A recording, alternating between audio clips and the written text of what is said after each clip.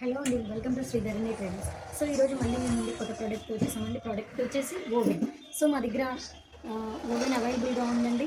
So ఇప్పుడు oven uses వచ్చేసి మీరు ఏదైనా చికెన్ కానీ ఏదైనా సరే ఆయిల్ లేకుండా ప్రిపేర్ చేసుకోవాలి అని అనుకుంటారు కదా. సో అలాంటప్పుడు మన దగ్గర ఓవెన్ ఉంటే బాగుండు అని అలా అనుకునే టైంలో మన దగ్గర ఓవెన్ ఉందండి. ఓవెన్ చాలా యూజెస్లో మన దగ్గర వాల్యుబుల్గా ఉందండి.